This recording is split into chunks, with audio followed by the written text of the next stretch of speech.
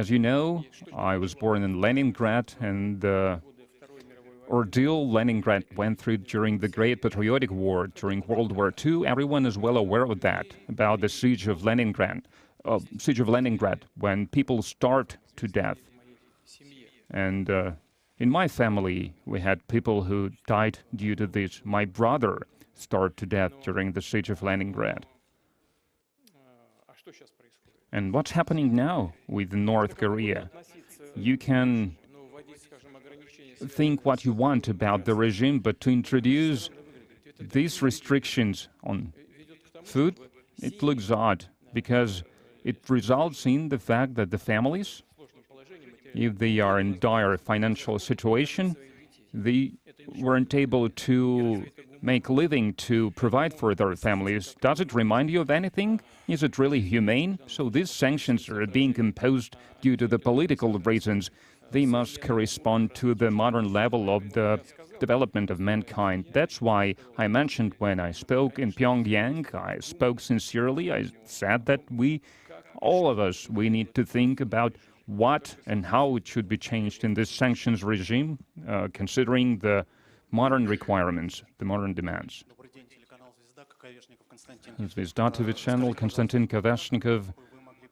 How can you comment the reaction of the Western countries, the refusal to accept the conditions of the peaceful resolution of the conflict in Ukraine?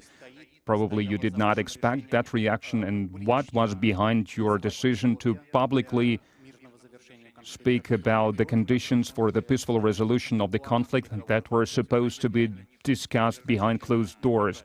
Or there are no more hopes for this kind of discussions anymore? You know, we had these discussions, these talks behind the closed doors, and you're right, these expectations were not met. As for the reactions of our so-called Western partners, you mentioned that I did not expect that reaction. No, that was the reaction I expected at the first stage. But what happens next? The time will tell. It will all depend on how the situation changes on the ground. And I believe that those politicians who have common sense, they will think about the suggestions, the proposal that I made, if they're objective, if they correspond to the interests of all the parties and of Europe in its entirety, if Europe really wants to see this conflict to end. We'll see. And I'm not sure that this kind of attitude to the proposal that we made will remain like this forever. We already hear certain voices of certain politicians who say that maybe, yes, the demands are excessive, it looks like an ultimatum, but we cannot say no right away. We need to look into it, we need to think it over. But the formulas that our partners came up with, isn't that the ultimatum, even though there has been an outcome of our talks in Istanbul? Why no one remembers that? I said that 100 times. We had an agreement, the document was signed by the Ukrainian representative as well. It means that the agreements reached in Istanbul were acceptable for the Ukrainian side. So what happened on the ground, on the battlefield, that now allows them to make any additional demands that had nothing to do with the talks in Istanbul? There was nothing that could have changed the position of the other party, in this case of Ukraine. So I don't think that this nihilism towards our proposals will remain like that for eternity. Something must change, and our conditions will change as well, depending on the situation on the ground. Russian TV channel, and for how long these conditions will remain functional, because at the conference in Switzerland there were some messages that at the next conference, if it is to take place, Russia must be present.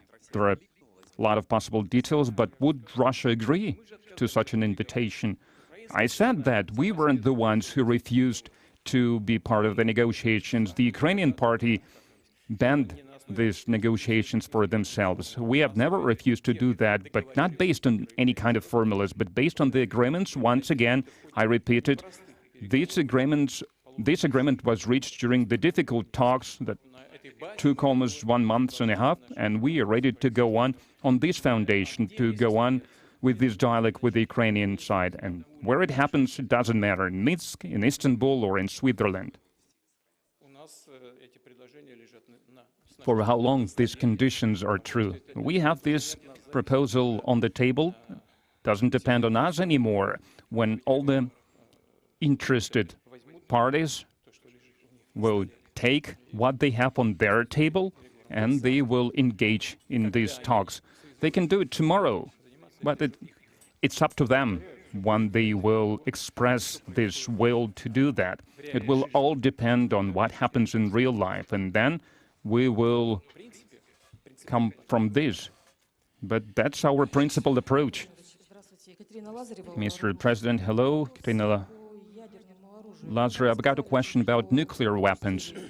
You spoke about the possibility of introducing changes to our nuclear doctrine. I would like to understand on what conditions it is possible, on what circumstances, and what kind of adjustments could be made. Do you believe that among these adjustments, our nuclear doctrine might have an article about dealing a preemptive nuclear strike? I think I mentioned that, and we are already thinking about what could be changed in the nuclear doctrine and our nuclear strategy, and it has to do with the emergence of, at least we are aware that our potential adversary is working on that. There are certain elements that will reduce the threshold of using the nuclear weapon.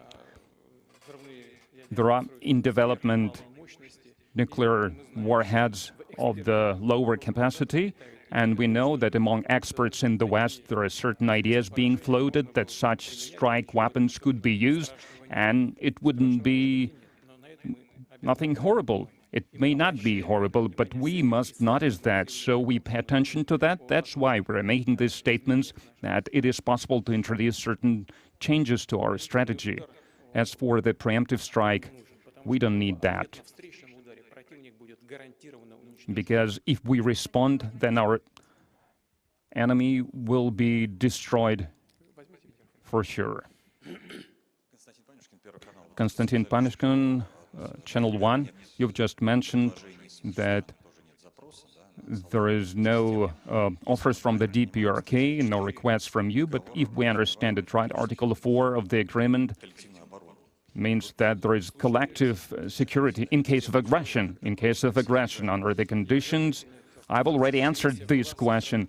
There was aggression perpetrated by the Kiev regime against two republics that were not recognized by us. What was the decisive factor for Comrade Kim under these difficult conditions when there is undeclared war against us to sign this agreement? You should ask him. But what about you? As for the gist of this agreement, I've already said that it is almost an absolute copy of the agreement that ceased to exist because it expired, so there is nothing new to this particular agreement. I would like to satisfy your curiosity. What did you want to ask? There is also Korean conflict that theoretically could turn into full-scale hostilities. What was the decisive factor for you to sign this agreement? I've already mentioned it twice. I can repeat it for the third time. We just signed the agreement that existed since 1960 or 1962. Yes, the Korean crisis is ongoing, one might say, and we hope that our agreements with the Democratic People's Republic of Korea will be a deterring factor to make sure that this crisis didn't enter a hot phase. Andrei Kolesnikov, Kommersant Daily. And the use of the Western long-range strike weapons and shelling of Belgrade and of the Russian territories, can it be seen as an act of aggression? We need to look into that additionally, but it's really close to crossing this line. We are analyzing this because what are we speaking here? Those who supply these weapons, they believe that they are not at war with us. And I said that in Pyongyang, that we reserve a right to supply our weapons to various regions of the world. I do not exclude that it will be done under the agreement with the DPRK. And we don't know what happens next to these weapons. So the Westerners are supplying weapons to Ukraine, and then they say, we do not control it anymore, we do not know what's happening to that. We can say the same. We supplied it somewhere, and we are not controlling anything anymore. And let them think about that now. Let them ponder about that. At this stage, the vital task for us is to fend off these attacks. Mr. President, TASS agency, let's go back to the economic agenda now. Would you say that the prospects of today's talks in Hanoi, when it comes to economic partnership between Russia and Vietnam, what are those prospects? As we can see that the US is pushing Hanoi and other regions, other countries of the region. Also, you said today that Russia is ready to start deliveries of Russian petrochemicals to Vietnam. Are there any specific projects in mind, or what do you mean by that? Well, you need to ask Mr. Mikkelson. He will tell you in more detail as to what the options are. So whether we could start the construction of specific capacities for liquefied natural gas, or we could deliver liquefied natural gas from the territory of the Russian Federation. There are different options, different prospects for us to work on, so we could either produce liquefied natural gas or deliver it other ways.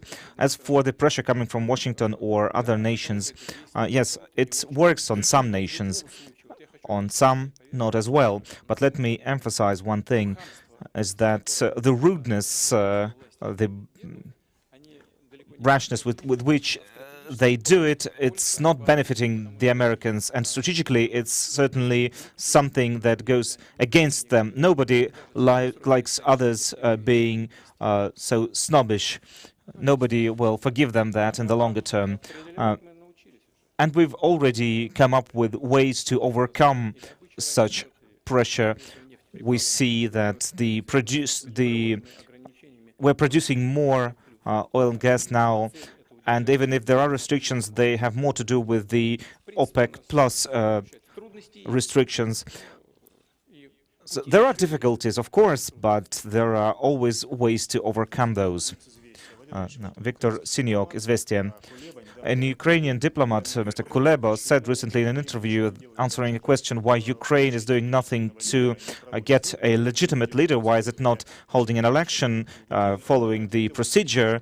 He said in response to that why not Russia get their troops out of Ukraine and then they can hold their elections. How would you comment that? So, do we need their legitimacy more than they need legitimacy? Well, let me answer that first. I don't like to comment on other people's statements. That's one thing. But this time I have to comment because if holding talks is tied to Russia pulling troops out of Ukraine, which the Kiev regime dreams about, this is never going to happen, because the Kiev regime does not want to lose power. It does not want to hold elections in accordance with the constitution of Ukraine. They will continue to stall. They will never hold elections. They are interested, in fact, in Russia's troops remaining there because they don't want to hold elections. Now, another question about your trip to North Korea. Did you expect that you would be welcomed in such a way that it's going to be so exuberant? The informal part of that has been very impressive. What can you tell us about your talks with, your impression of the leader of North Korea? Well, I didn't expect all of that. I knew that there are some standards, some rules of the protocol in North Korea, but I didn't expect it to be so massive. Some things I certainly didn't expect, but now what united us is, of course, issues that have to do with intergovernmental cooperation and the development of North Korea and the Russian Federation in various areas, from security to the economy. And one more question, of course. Dmitry Laro, Izvestia. In South Korea, they're now saying that the new agreement between Russia and North Korea is a threat to their security. In the media, it says that Seoul could rethink the deliveries of lethal weapons to Kiev now. Is there a plan or an opportunity to call the leadership of South Korea to make things straight? How does Moscow view the resolution of the Korean crisis now? Now, the Republic of Korea has concerns, and speaking of that, it certainly has nothing to be worried about. I can say that for sure, because our work with North Korea, like I said before, our help to North Korea only comes when aggression comes to North Korea. And as far as I know, South Korea is not planning any acts of aggression against their neighbors, so there's no need to worry for them. As for the deliveries of lethal weapons to the zone of combat operations in Ukraine, that would be a grave mistake, and I'm certainly hoping that won't happen. If it does, then we're going to make specific decisions that will not be to the liking of the current existing leadership in South Korea. A question about NATO. Sure, go on. In NATO, they are currently discussing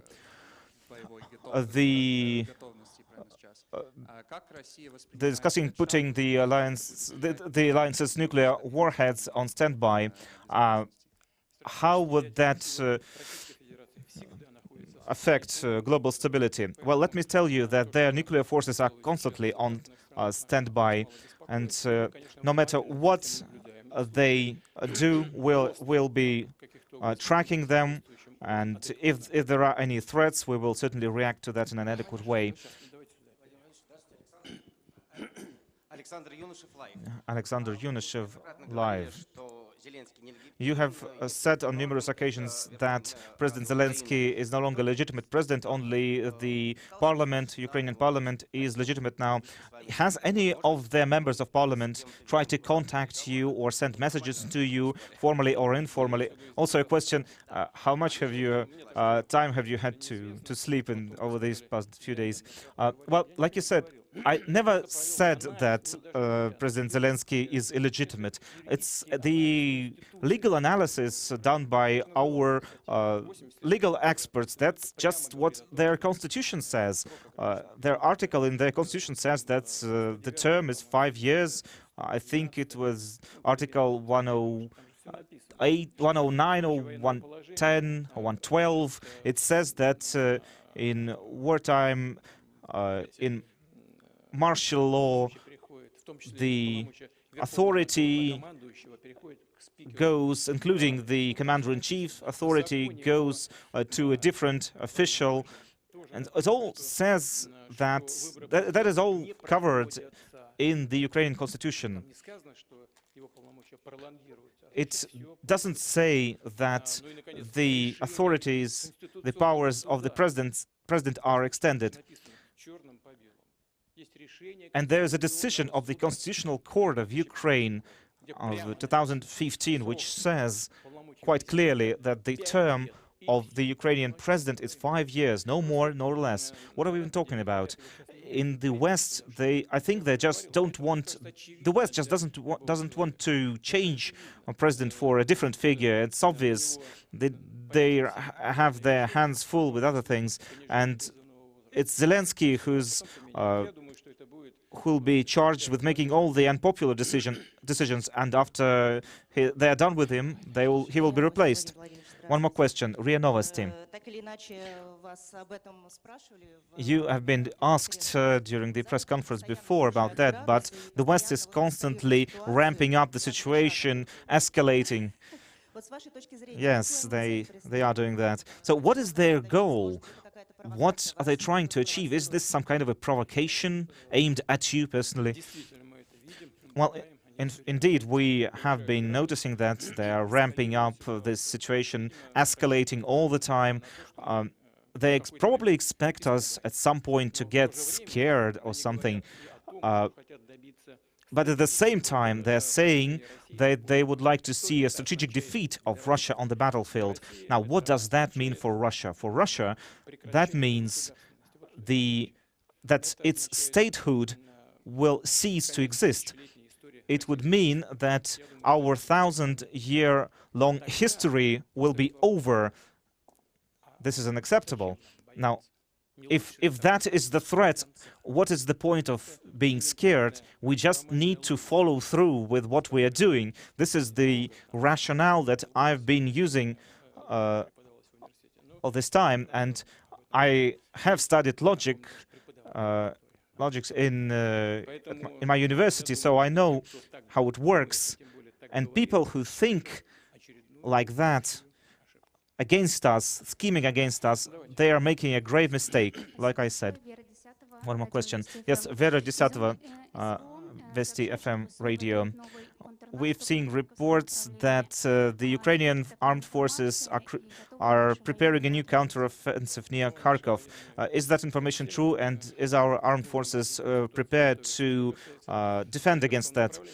Well, speaking of Kharkov, of course, our soldiers are always ready, but just 6 months ago, I said that if the Ukrainians will continue to strike our Russian regions near the combat zone, we will continue to put pressure. And so they continued, and we answered, we responded. You've seen it happen. And yes, of course, the Americans, the Europeans are pushing and pushing the Ukrainians towards paying any price. Let me emphasize that to pay any price to try and push our troops, our soldiers out towards our border. And they want to present that as some kind of a major success of 2024. Given the upcoming NATO summit and then the presidential election in the United States. We'll see what happens, but that the order they've been given to pay any price to achieve that, that's true.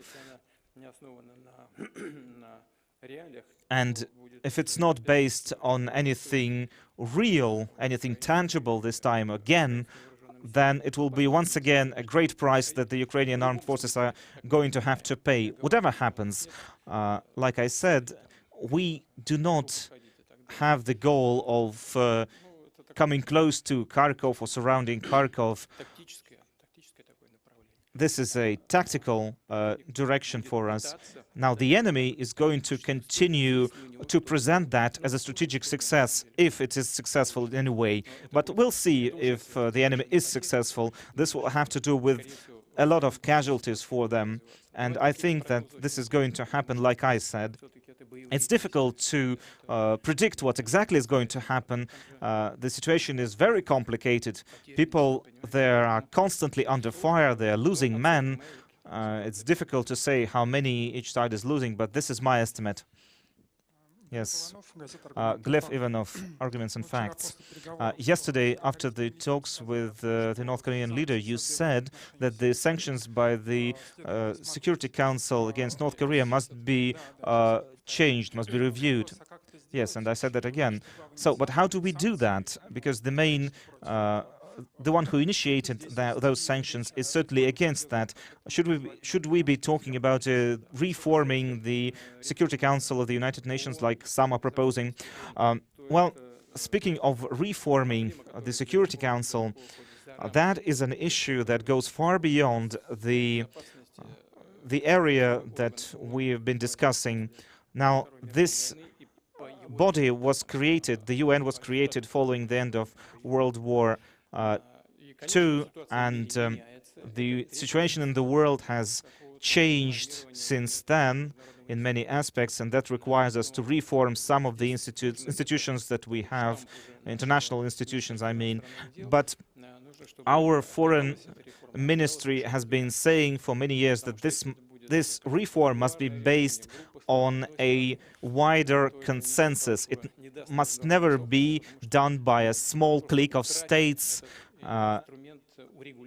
because if it is done like that, then we will lose this instrument, this very useful instrument. So no matter how many problems it has, the existing Security Council of the United Nations still works. So we support the reforms, but we say that it must be done carefully.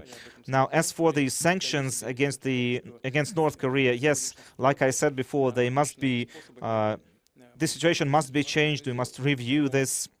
This cannot be done through traditional means, I believe, but we need to show people that there are certain instruments.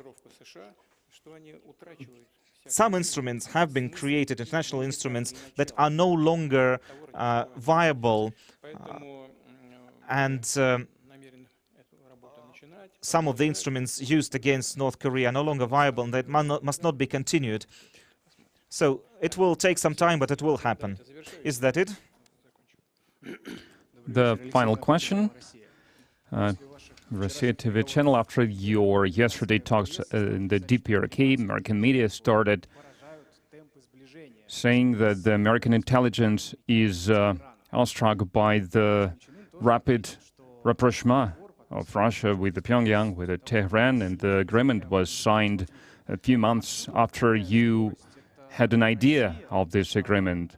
So why things are happening so rapidly? Russia turned into such an attractive partner, or the third countries now are looking at the diplomacy or the global realities in a different light? Well, it's hard to say, hard to comment on what was said, because I don't know the attitude of the U.S. intelligence towards what's happening. It's one of the most powerful intelligence services in the world. They are well informed, and I don't think that one should expect such a reaction, because we openly speak about this.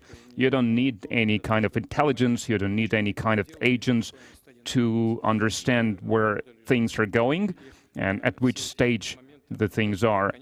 All these things were discussed previously, yes, certain articles were discussed behind the closed doors, but I guess one could just read the agreement from the 1960s, that is basically a carbon copy of this current agreement, and learn everything from there. So it's weird if it comes as a surprise for the American intelligence service. But, well, yeah, one might say that everything was developing rapidly, and the situation in the world is such that requires us to strengthen the legal framework of our relations with our partners, especially in the areas that we deem important, especially considering what's happening in Asia. And we all see what's happening in Asia.